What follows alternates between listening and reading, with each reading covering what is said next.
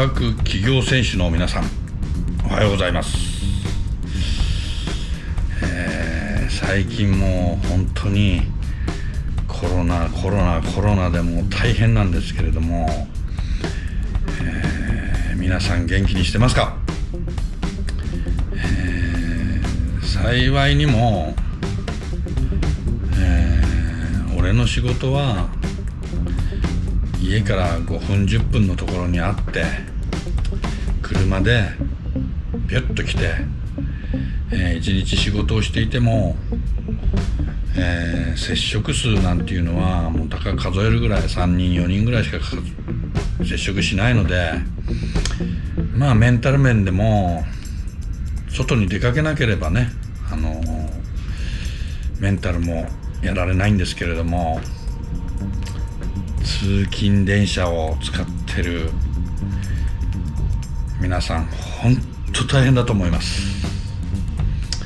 もうね、一日何十人何百人とハグしてるようなもんだもんね、電車の中なんてね。そういった皆さんにですね、免疫力をつけてもらおうと思います。先ほどやってた適度な筋トレも免疫は上がりますね。で、やっぱり免疫を上げるためにはもうサプリに頼るしかない。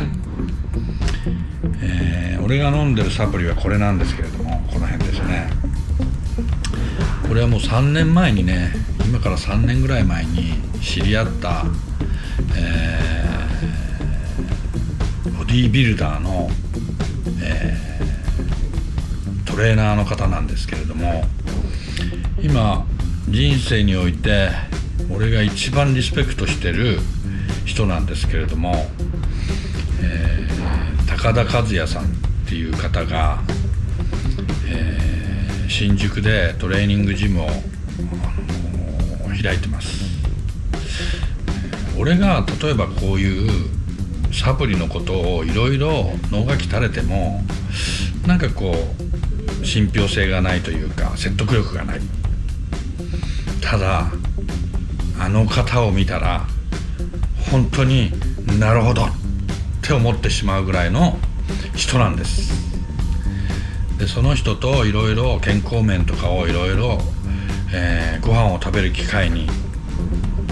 いろいろと教えてもらいました。それで筋トレとは要は食なんだと、健康面はサプリで取らなければダメなんだと、そういう教えをその時から守ってます。確かに、風邪とか寝込むことがまずなくなりましたね。ここ何年かでなんか鳥のなんかウイルス、あとは生肉食って腸炎、それぐらいしかないかな。風邪で寝込むということはまずない。やっぱ免疫上げましょうっていうことで、マルチビタミン、ミネラルですね。でこれは血流を良くする薬なんですけれども、血流を良くする薬なんだけれども、なぜか髪の毛とか爪がものすごい生えるのが早くて、別にこれミノキシジルが入ってるわけでもないのに髪の毛がもうすごいボーボー生えてきます。それと、ちょっと補う形でですね、やっぱ D ですね。 D はやっぱり免疫を上げる一番の、ビタミンですからね。それプラスこれです。亜鉛です。亜鉛は男を作るという亜鉛ですからね。これなんかね、味覚もなんか良くなるらしいよね、亜鉛ってね。でそういったものを全てこう飲んで、あとは俺はこれも飲んでます。これは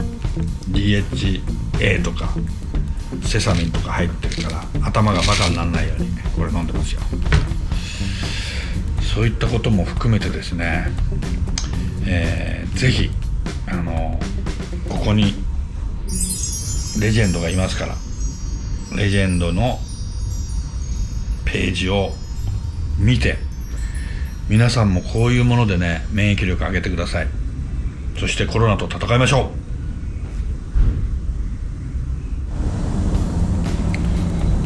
う。汚いエンジンだなこれ。メインベアリングまで焼き付いてるじゃないかこれよ。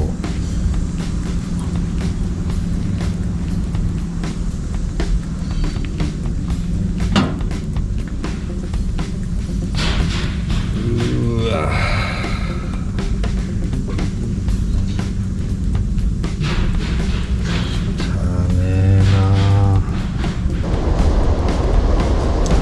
ということでですね、今日はですね、これ全部エンジンオイルです。皆さんがあまりにも安いオイルを使ってて、メタルブローしちゃったりとかっていう車が最近やたら多いので、エンジンオイルってどれがいいのよっていうね、どうしたらブローしないようになるか、そういうことを今日はちょっと、勉強してみたいと思います。今日はね、この機械を使って、極圧性っていう、テストなんだけれども、本来エンジンオイル自体にはそんなに極圧剤っていうものは入ってないので、必ず焼き付くようになってます。その焼き付く、ことは焼き付くんだけれども、このメーターがついてるんで何キロで焼き付くんだろうなっていう、テストです。やはり、回転部分、収動部分を、オイルの油膜で保護してるわけですけれども、その保護の度合いをこれで確認してるっていうことです。そこで今日は、これはホームセンターで買ってきました。これ800円のオイルです。これがエンジンオイルの添加剤、音が出ちゃったらこれを入れたら静かになるよとか、これもモーターアップっていうのもこれ結構昔からある添加剤ですね。これのテスト、それからヤシオファクトリーで使ってる、スピードマスターとニスモのエンジンオイル、これのテストでもう、かれこれこれを30年以上前からヤシオファクトリーでは使ってるんですけれども、 EPL という極圧剤、これのテストをやっていきたいと思います。すげえぞ、みんなびっくりするぞ。さあ、まずはじめはトップバッター CA マウントでおなじみのニスモです。コンペテーションオイル、このオイルもリッター3900円ですけれども、オイルの中ではもう最高級ですね、これね。はい、やってみましょう。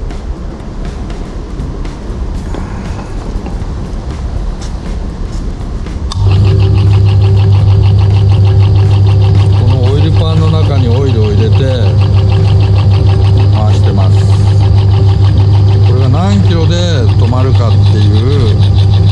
ことですね。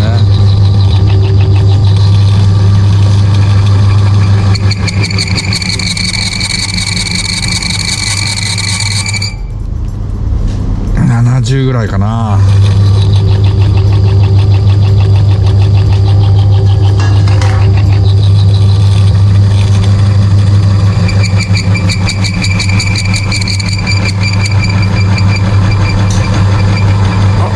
超えた。重たい。どうせあれすごいです。ニスモ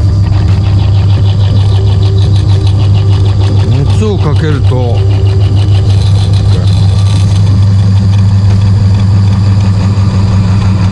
焼きつかねえ。止まった。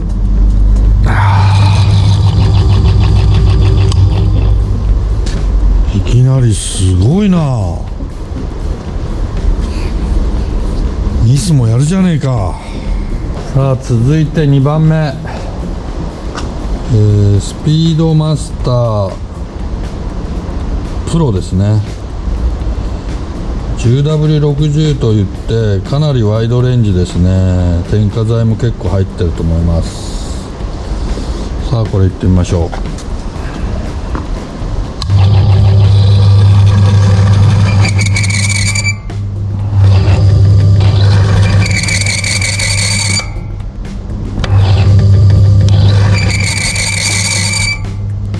まあ70弱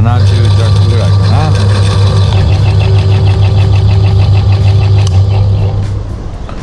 ょっと待って、何で消すんだよ。ちょっとニスも優秀ですね。じゃあ次はスピードマスター15-50です。さあ3番目、スピードマスターの、レコードっていうオイルかな。これ15-50ですね。うちでは結構ポピュラーに使ってます。行ってみよう。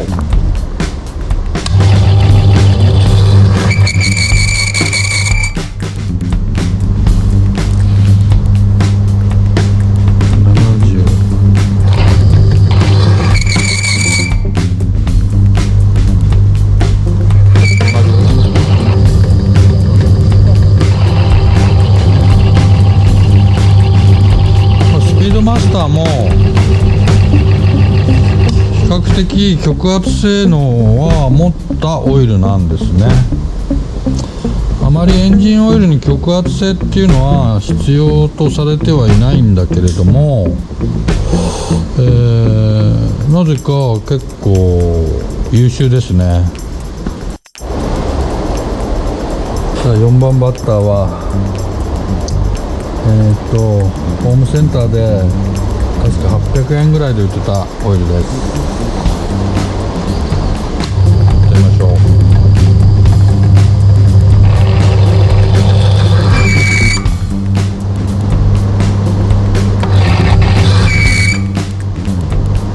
50ちょいぐらいだな。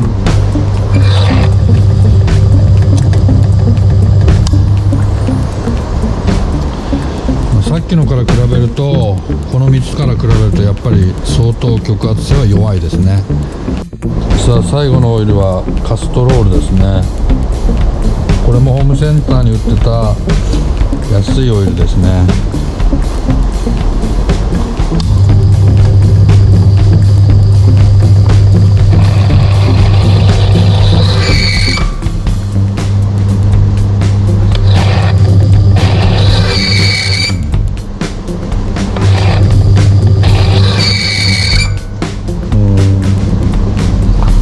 50から60の間、同じようなものですね。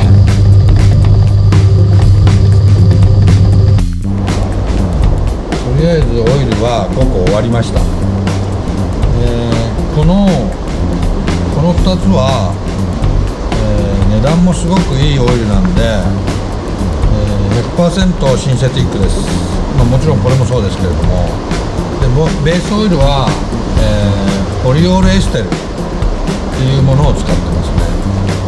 これもエステル系だと思うんですけれども、エステル系っていうのは、若干極性がついてるのでオイル自体に、そういった意味でも、ちゃんとこう油膜を巻いてくれるっていう意味で極圧性も出てるのかと思いますね。これは多分値段的に、鉱物なのかな、半合成かな、多少は合成が入ってるかもしれないですけれども、俺が思うには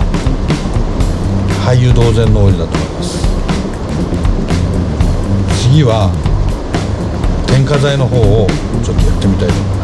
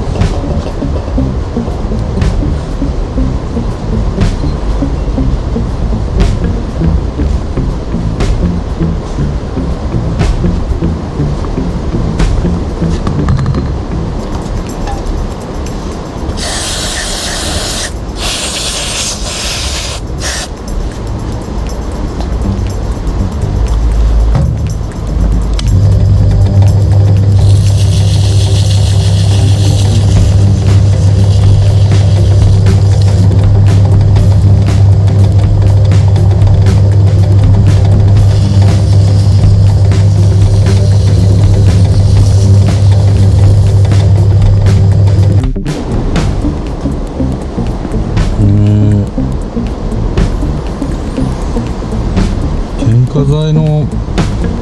テストに関しては、オイルパンを省いた状態で、この部分に垂らした状態で極圧性を見ますね。もうこれはもう極圧剤って書いてあるんですから、どのぐらい強いか、そんな液状でオイルパンをここでこう攪拌しながら焼き付かないよなんていう、そんな生ぬるい、商品ではエンジン保護なんかできない、ミッションオイルも保護できない。そういうことでここに垂らした状態でやります。さあ、じゃあ次はモーターアップですね。これは結構なんか名前聞いたことあるよね、モーターアップってね。もうテレビで宣伝してたんじゃないかな。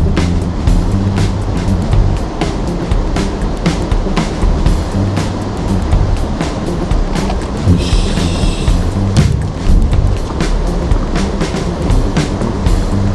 じゃあ行ってみよう。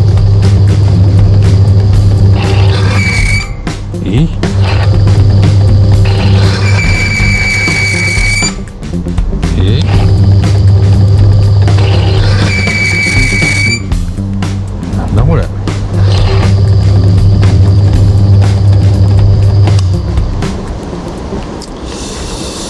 れはちょっと値段がいくらしたのか忘れちゃったけども、まあダメですね、これも。じゃあこれいってみましょうね。最後にね、念入りに掃除して。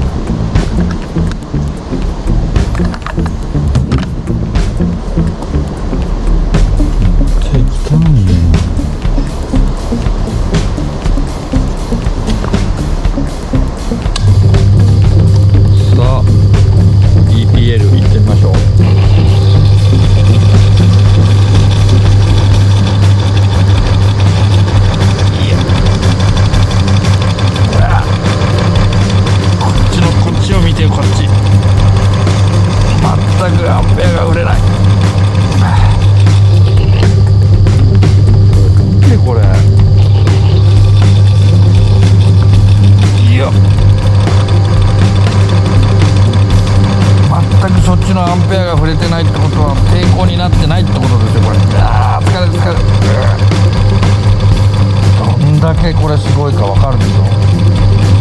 全く焼き付かないです。しかもアンペアも落ちてるし、熱を加えれば加えるほどちょっと湯気出てきた。これ煙出てきた。焼き付かないでしょこれ。これが極圧剤ってもんなんですよ。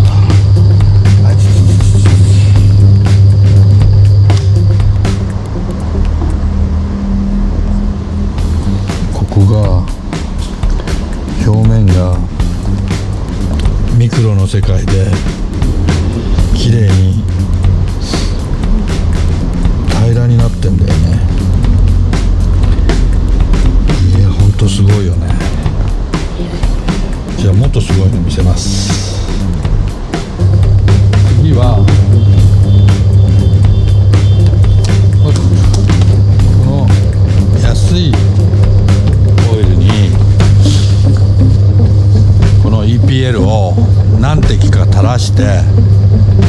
どのぐらい極圧性が出るかっていうテストをしてみます。すごいよ。さあ今このオイルね、このオイルを今入れました。ちょっとどのぐらいでロックするかやってみます。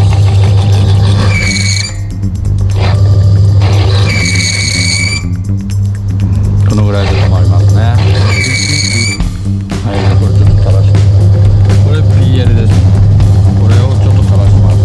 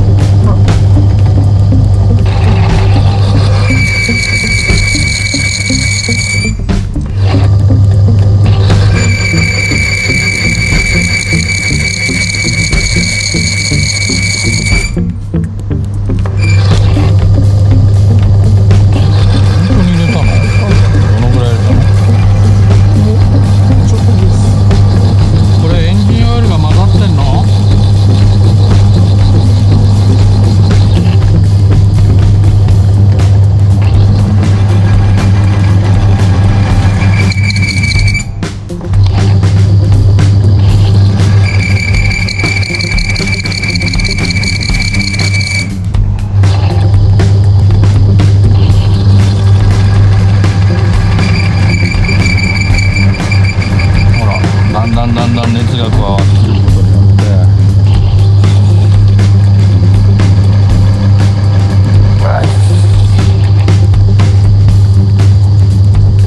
熱が加わらないと化学反応を起こさないので、はい、いやいくらも入れてないけどもう焼き付かない。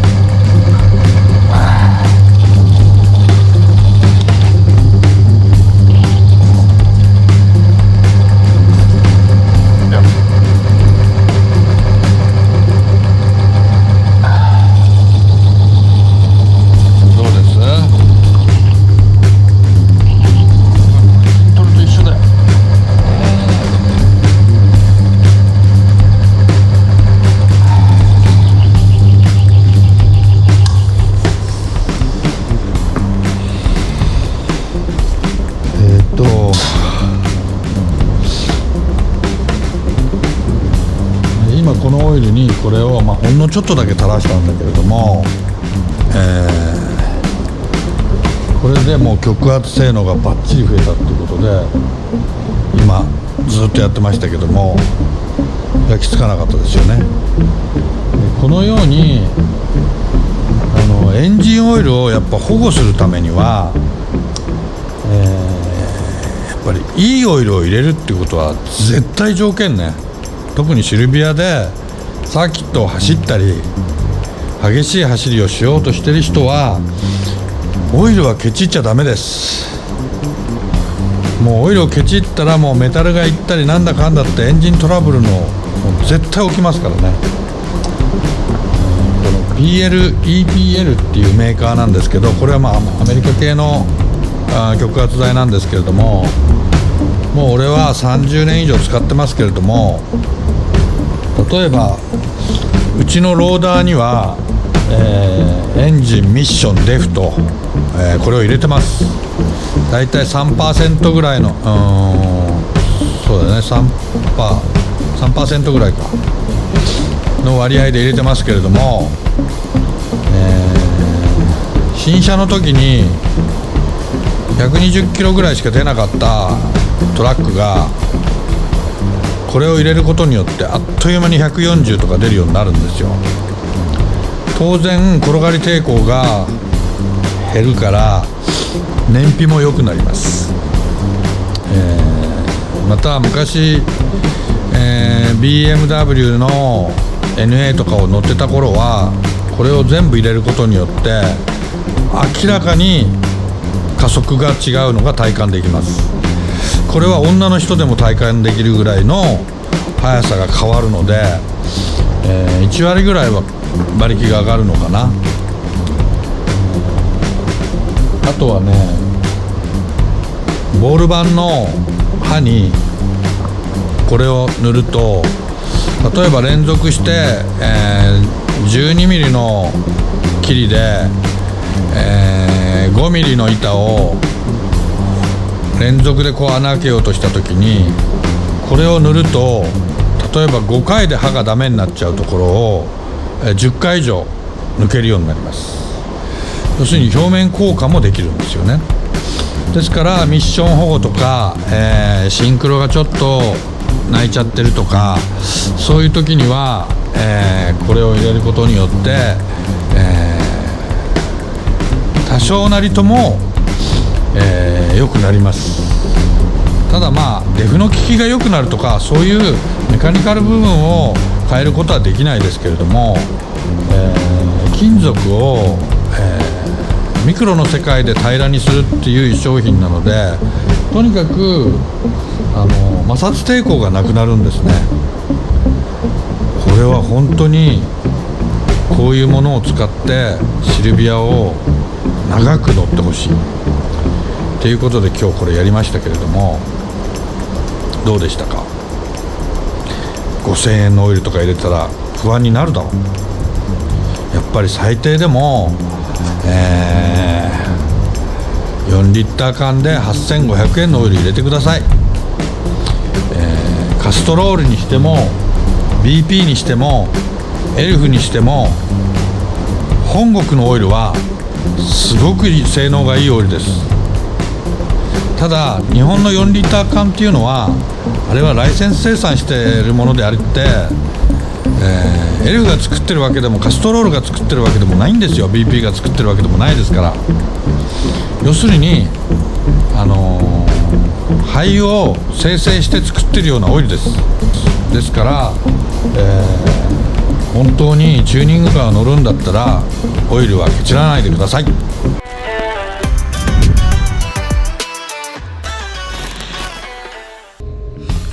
大事なことを、忘れてしまったので追記です。それとですね、ちょっとニスモのオイルが、ちょっと気になるぐらい極圧性が強かったんで、高山に電話して聞いてみました。あのオイルを作った背景というのは、D1 っていうドリフト大会があったんですけれども、ニスモがその頃ちょっとだけ絡んでたことがあって、ノスを使ってトルクが70キロとか80キロとか、馬力が600馬力700馬力っていう SR エンジンのために、ベースはこれモチュールなんですけれども、ニスモブレンドで作らせた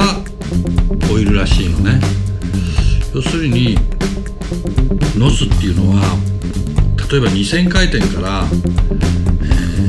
一気にこう100馬力を上げたりとかってできるのね。150馬力とか。だから2000回転で SR エンジンなのに、馬力でいうと250馬力とか出ちゃう。そんな極端にこうバーンとこう立ち上がるために、やっぱ粘性とかそういうものを、使うためにね、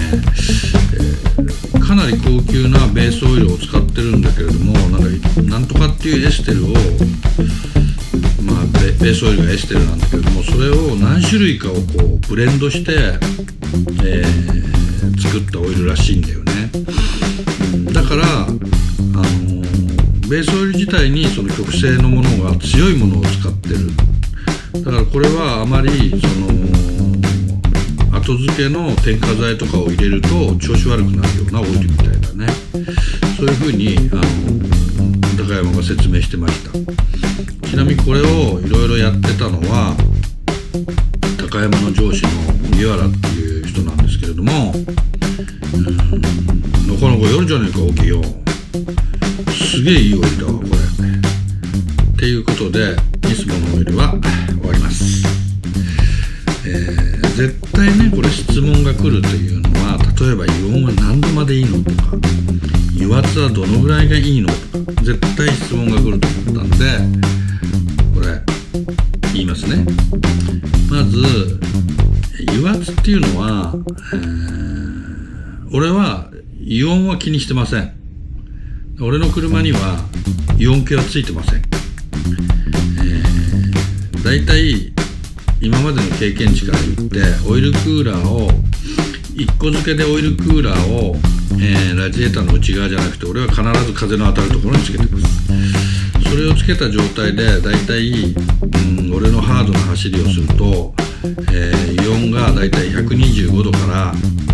130度ぐらいまで上がります。これ水温と勘違いしないでね、油温っていうのは、130度ぐらいまでだったら全然問題ないです。今のいいオイルはね、140度を超えた時点で分子構造が、離れてオイルとしての性能がなくなるわけで、140度以内で使ってる分には別にいいわけよ。だから、4で120度130度ぐらいだったら別にいいわけね。ただ140度を超えるとやはりオイルは劣化するわけですよ。そこで分子構造が離れるわけだから分解しちゃうわけだからね。そのために例えば、オイルパンでイオンを測ってたりした場合には、例えばターボの軸にオイルを回してるわけだから、そういうところっていうのはもっとイオンが上がるわけ。ということは140度超えてる可能性もあるわけですよ。だから俺は1回サーキット走行ハードに走った時にはもうオイル交換をしちゃう。わかります？やっぱりベースオイル自体っていうのは基本的には合成オイルっていうのは劣化しないんですよ。でもその 20% なり入ってる添加剤、いろんな添加剤が入ってるわけね。きれいにしたり正常したり、錆を出さなかったり、あとは粘度の低下をしなかったりとか、いろんなものを混ぜてるわけね。だからそのダブルグレードってなってるから、そこの部分がやっぱりどうしても劣化をしちゃうのね。だからやっぱりオイル交換って必要なわけだから、極端な話、君らのお母さんが乗ってる買い物車で、奥さんでもいいわ、NA の街乗り車に合成オイルを入れてれば、極端な話2万キロぐらい全然平気だよ。どうせ油温上げないんだから劣化しないわけよ、ね。だからうちの嫁が乗ってる車なんか1年に1回ぐらいしかオイル交換しないよね。それで十分です。油温を上げないからいいんです。ターボは上げちゃうんだから変えなきゃダメです。そこを勘違いしないでください。それと、油圧ですね。俺はだから自分の車っていうのがもう温度が何度になるとかって分かってるから、だから油温計はつけない。別に見る必要がない。でも油圧は何で必要かっていうと、例えば、SR のオイルポンプっていうのは、劣化する場合があります。もちろん、油圧をリリーフするバルブがついてるんだけれども、そこがスティックしちゃって油圧がゼロになっちゃう可能性もあるわけです。ですからそういうことを加味して油圧計は絶対必要だなっていうことでつけてます。油圧計の、大まかな見方です。走ってきて、冷感時は5キロ6キロって上がりますね。これがだんだん油温が上がってきて100度ぐらいになった時には、2キロぐらいに 2.5 から2キロぐらいになってます。で、例えばサーキット走りました。で走ってきて、例えば1キロ以下になっちゃうっていうと、もうそれもうね、オイルダメだね、そのオイルね。絶対1キロ以上は保ってるようなオイルを入れてください。うちの紹介したオイルだとだいたい 1.5 から2キロの間にいますから、アイドリングでね、どんなにハードな走りをしても1キロを切るなんてことはありえない。例えばじゃあハードな走りをしているときに、油圧が4キロ以上上がらないとなったときには、それもエンジン壊れますから。だから絶絶対走るのやめてください。油圧がもう高回転回してるのに3キロ台とかって言ったらもう絶対もう壊れます。そういう見方をしてください。わかりましたか？すごいでしょね。すごいな俺って感心しちゃう。その割には最近スランプなんだよね。もうどうしてこんなに伸びないのっていうぐらいスランプです。何がダメなんだろうなっていつも悩んでるお子ちゃんでした。